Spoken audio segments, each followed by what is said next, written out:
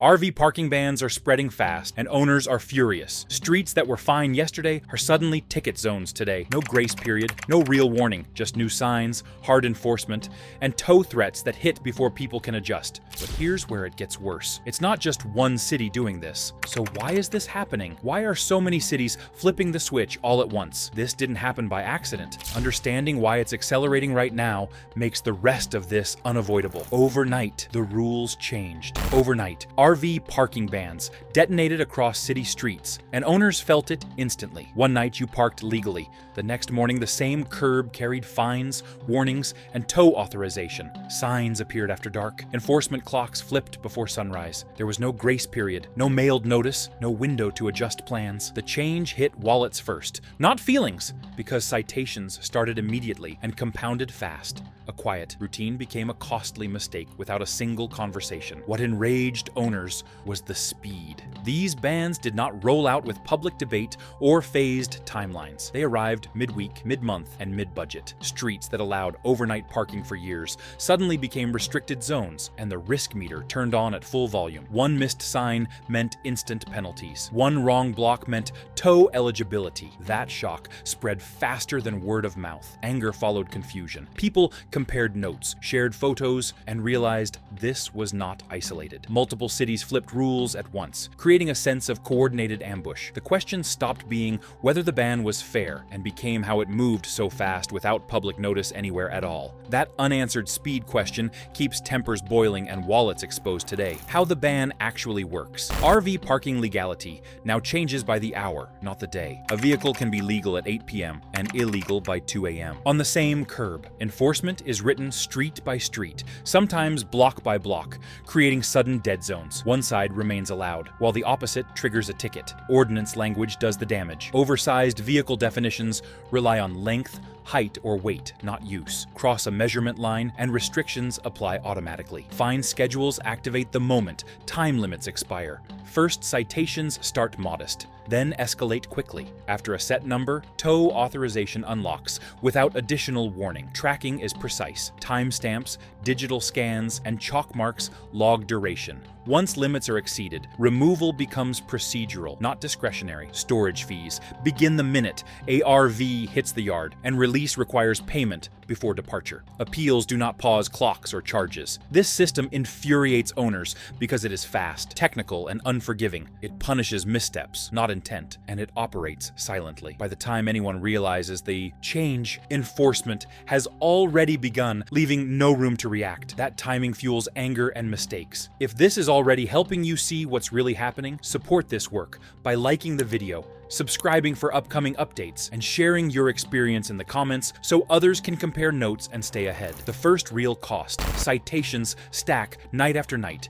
because enforcement does not wait. One ticket might sting, but remain manageable. A second doubles the pain. A third starts a spiral. Late fees attach automatically, and balances grow while options shrink. Tow costs accelerate everything. Removal adds hook fees, mileage charges, and daily storage rates. Those rates accrue even when retrieval is delayed by hours, paperwork, or closures. The meter never stops. Registration penalties compound the damage. If tags are expired or mismatched, release can be denied, extending storage time and multiplying charges. The math is blunt.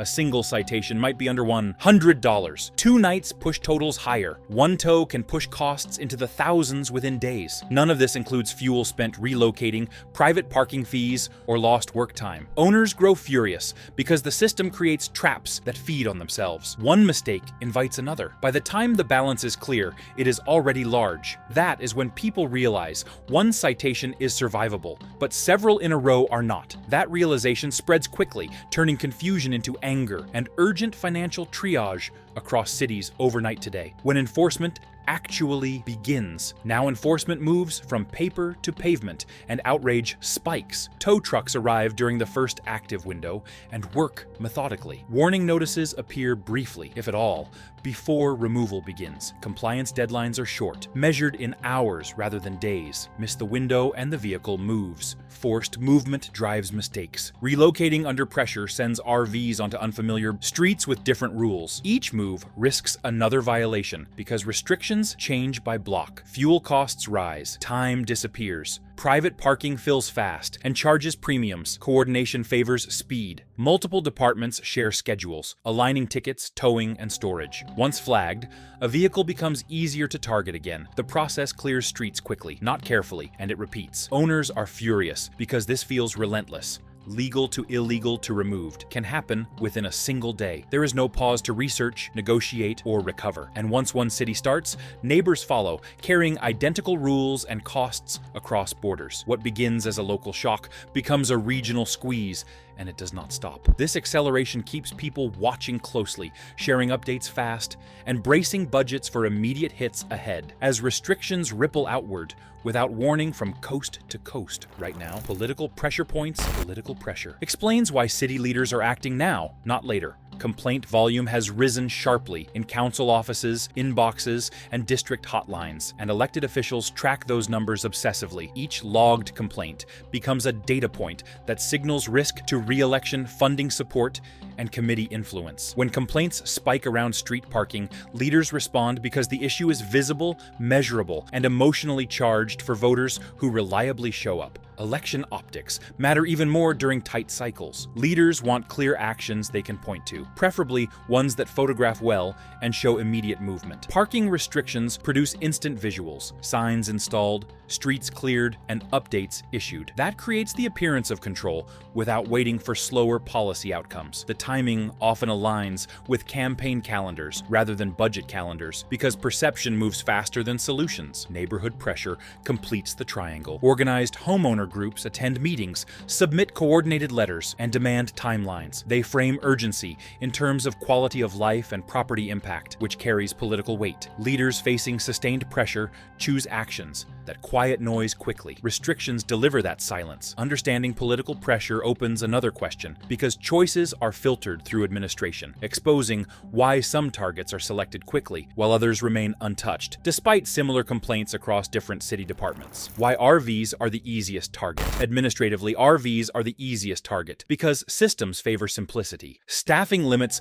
mean cities cannot investigate complex cases street by street. Oversized vehicle rules allow broad classification without inspection, intent, or context. One measurement decides everything, which reduces labor and speeds processing. Fewer staff hours translate directly into lower administrative cost. Visual enforcement reinforces that efficiency. A large vehicle is obvious from a distance, making it easier to flag during patrols. Officers do not need prolonged observation or interpretation. They log dimensions, check hours, and move on. This visual clarity increases citation volume per shift, which satisfies internal productivity metrics without expanding payrolls. Legal resistance is also low. R-Vees fall into regulatory gaps between vehicles and structures, creating fewer immediate challenges. Appeals take time, and most cases resolve after penalties are paid. That lag favors enforcement because revenue arrives before disputes conclude. The process becomes self-reinforcing as early actions fund later ones. This logic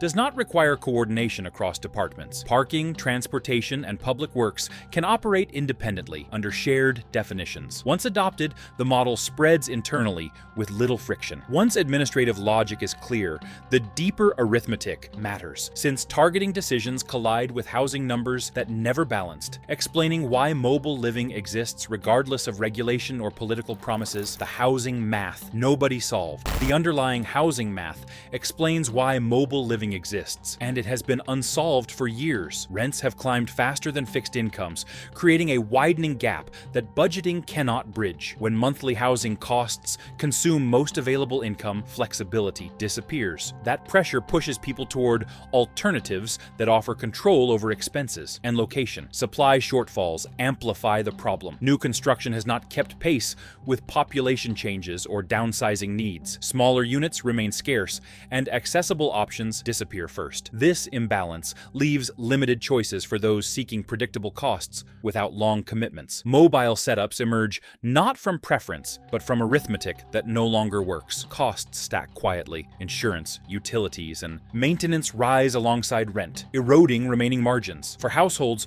relying on steady but capped income, even minor increases break stability. Mobility becomes a hedge against volatility, not a lifestyle upgrade. This math is rarely addressed directly because it requires long timelines and funding. Restrictions act faster than construction, so policy focuses on movement instead of supply. That avoids solving the numbers. When math replaces narratives, the lens widens outward because unresolved equations push policies to travel, showing how one city's decision quietly becomes a regional pattern through shared templates and timelines, how the ban spreads city to city. Once one city adopts a restriction, the spread accelerates through replication. Template ordinances circulate among municipalities, shared through legal networks and regional associations. Language is reused with minimal alteration, preserving definitions, hours, and penalties. This standardization reduces drafting time and lowers risk for adopters, making repetition attractive. Copying extends beyond text. Implementation schedules, signage formats, and enforcement procedures follow the same pattern. Training materials are reused, and contractors apply familiar layouts. This creates uniformity across jurisdictions, which simplifies coordination and compliance from an administrative standpoint. Regional domino effects follow. When one area tightens rules, nearby cities preemptively match them to avoid becoming overflow zones. Officials watch neighboring outcomes and move quickly to avoid concentration. The result is synchronized action without formal agreements. Reversal becomes difficult because uniformity creates precedent. Once multiple cities align, backing out invites inconsistency and criticism. Each additional adopter strengthens the framework, discouraging deviation. Change then requires collective retreat, which is rare. After spread is visible, resistance follows, because those affected respond financially, discovering that pushing back introduces its own costs before any relief appears through fees, delays, paperwork, and lost income. Pushback costs money. 2. Pushing back against restrictions carries its own financial weight, and it shows up faster than expected. Legal consultation is rarely free, and even brief advice can cost hundreds of dollars before any paperwork is filed. Formal challenges add filing fees, document preparation costs, and time away from paid work. Missed hours are an invisible expense that compounds quietly, especially when hearings occur during standard business days. Citation escalation worsens the math. While a challenge is pending, enforcement does not pause. Additional tickets accumulate if the vehicle remains in violation, and each one increases the balance owed. Late fees attach automatically, turning disputes into liabilities before they are resolved. Even successful appeals rarely refund lost time or secondary costs. Administrative friction adds more expense. Requests for records, evidence, and timelines often require certified copies or paid retrieval. Travel to hearings consumes fuel and parking costs, and postponements stretch the process longer. The longer resistance continues, the higher the carrying cost becomes. This creates a financial squeeze. Contesting penalties feels necessary, but it drains resources quickly. What begins as a reasonable objection transforms into a steady outflow of cash. As resistance drains resources, uncertainty grows because unclear definitions keep cases floating between categories, allowing enforcement to continue collecting while questions remain unanswered for months across multiple jurisdictions at once. Legal gray zones. Legal uncertainty defines the next layer of cost exposure. A R-Vee sits in an unresolved space between vehicle and residence, and that ambiguity shapes outcomes. Some ordinances treat it purely as a vehicle, while others reference habitation indirectly. This inconsistency creates confusion during enforcement and appeals. Courts interpret these rules unevenly. One jurisdiction may emphasize registration status, while another focuses on physical dimensions. Outcomes depend heavily on venue, not principle. That unpredictability discourages prolonged challenges because results cannot be forecast reliably. Preparing for multiple interpretations increases legal preparation costs. Delays compound the issue. Court calendars move slowly, often stretching weeks or months. During that time, penalties remain active. Storage fees, citation interest, and compliance costs continue accumulating. Even when cases are eventually dismissed or reduced, interim expenses are rarely recovered. The structure favors enforcement. Agencies collect funds upfront, while refunds, if granted, arrive much later. Cash flow matters more than final rulings. This imbalance shifts risk onto the individual, who must front the cost of uncertainty. When uncertainty persists, markets react because demand shifts abruptly, forcing prices higher and availability lower in spaces once considered stable alternatives near cities nationwide during enforcement expansion periods right now. If you want clear updates as these parking bans spread and the costs change, make sure you're subscribed. New details are moving fast, and staying informed early can make a real financial difference. The market reaction nobody planned for. Market reactions follow quickly, and they hit budgets next. As street options disappear, demand shifts to formal parking spaces. Campgrounds respond by raising rates, especially in areas near urban centers. Nightly prices climb, and monthly agreements shrink in availability. What was once affordable becomes premium almost overnight. Waitlists form as capacity tightens. Even higher-priced options fill quickly, forcing longer searches and longer drives. Fuel costs rise alongside time spent securing spots. The lack of competition allows operators to adjust pricing without resistance, knowing demand has nowhere else to go. Private lots step in, but at a price. Informal arrangements become formalized, and fees reflect scarcity. Deposits, contracts, and minimum stays add upfront costs. Short-term flexibility disappears, replaced by fixed commitments that strain cash flow. Secondary markets feel the pressure too. Storage facilities raise rates, and temporary solutions stack expenses across categories. Each alternative costs more than the last because options narrow progressively. When uncertainty persists,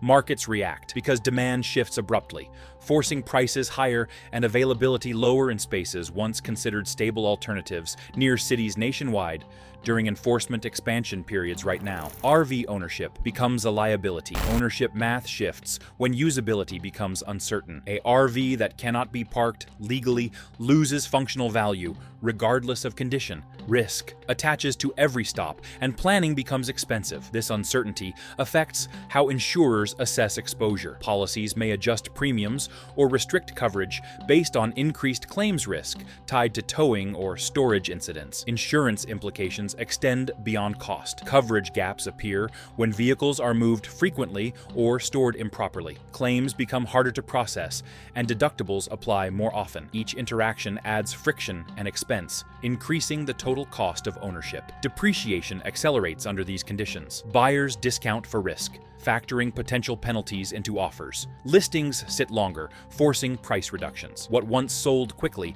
now requires concessions. Liquidity dries up as fewer buyers are willing to assume uncertainty. The asset becomes harder to exit cleanly. Timing matters more, and mistakes cost more. Ownership shifts from manageable to burdensome. As alternatives grow expensive, ownership math changes because usability risk reshapes insurance costs and resale expectations faster than many anticipated once parking certainty disappears across multiple regions simultaneously without warning. The shrinking parking map. The parking map is shrinking, and it is doing so unevenly. Areas that once allowed overnight R-Vee parking now flip to restricted status one by one, creating clusters of enforcement rather than isolated zones. What looks like a few streets on paper becomes entire corridors in practice. Safe zones disappear quietly as adjacent blocks adopt matching rules, eliminating buffers that once allowed relocation without penalty. Geography now determines cost. Enforcement concentrates around transit hubs, coastal areas, and dense neighborhoods, pushing remaining legal spaces farther out. Distance increases fuel use, travel time, and exposure to unfamiliar rules. Each mile adds cost and uncertainty. Maps that once showed flexibility now resemble patchwork grids of exclusion. No-go regions emerge quickly once several cities align restrictions. Protected zones experience fewer changes, while mobile users absorb variability. Stability translates into predictability, which lowers financial risk. Instability does the opposite, increasing uncertainty premiums in insurance, storage, and relocation. Enforcement resources follow the same logic. Areas with established zoning protections receive consistent application, while mobile zones face rapid shifts. The result is uneven application without explicit discrimination language. As maps tighten, protection gaps emerge. because zoning favors fixed property, revealing which interests receive stability, while others absorb volatility through permitting enforcement priorities and long-standing planning codes alone. What people are doing instead. In response, adaptive behavior fills the gap. Underground parking arrangements emerge through informal networks, offering temporary refuge at negotiated prices. These options trade legality for discretion, reducing visibility but increasing risk. Fees vary widely, often paid in cash, and terms change without notice. Risk trade-offs define these choices. Hidden spots lower citation probability but raise exposure to towing without recourse. Short stays avoid detection but require frequent movement, increasing fuel and time costs. Each workaround solves one problem while creating another. Short-term solutions dominate. Night by night, decisions replace stable planning. Some rotate locations rapidly to avoid patterns, while others accept higher private fees to reduce uncertainty. None of these options offer durability, only temporary relief. Costs accumulate quietly. Small payments add up over weeks. Wear and tear increases. Stress multiplies mistakes, and mistakes cost money. These adaptations are reactive, not strategic, driven by necessity rather than efficiency. Facing uneven protection, people adapt quickly because short-term fixes promise relief, even when they introduce hidden risks that multiply costs through constant movement, informal deals, and fragile arrangements everywhere. The precedent that was set. The lasting change is not logistical, it is conceptual. Parking has become a policy lever rather than a neutral utility. By regulating where vehicles may remain, cities redefine access to public space without addressing underlying demand. This shift carries long-term implications beyond R-Vs. Public space is no longer assumed usable by default. It is conditional, segmented, and revocable. Rules adjust quickly, and enforcement follows. This flexibility favors rapid response over stability, transferring risk to those least able to absorb it. Once established, this approach expands. Other vehicle categories can be targeted using similar frameworks. Time limits, dimensional rules, and usage definitions become tools to reshape behavior without new infrastructure. Each adjustment sets another reference point. Financial consequences persist because predictability erodes. Planning horizons shorten. Costs become harder to forecast. Assets lose utility faster when rules change suddenly. After adaptations take hold, the implication widens because redefining parking authority reshapes public space, setting a precedent that reaches far beyond vehicles and alters access expectations for everyone over time. Before you go, tell me, has your area started cracking down on R-Vee parking yet? Drop a comment with your city, what changed, and how strict enforcement has been, because your update could save someone else a ton of money. If this video helped you see what's really happening, hit like it. Helps more people find this fast. And make sure you're subscribed, because we post daily, and these parking bans are spreading quicker than most people realize.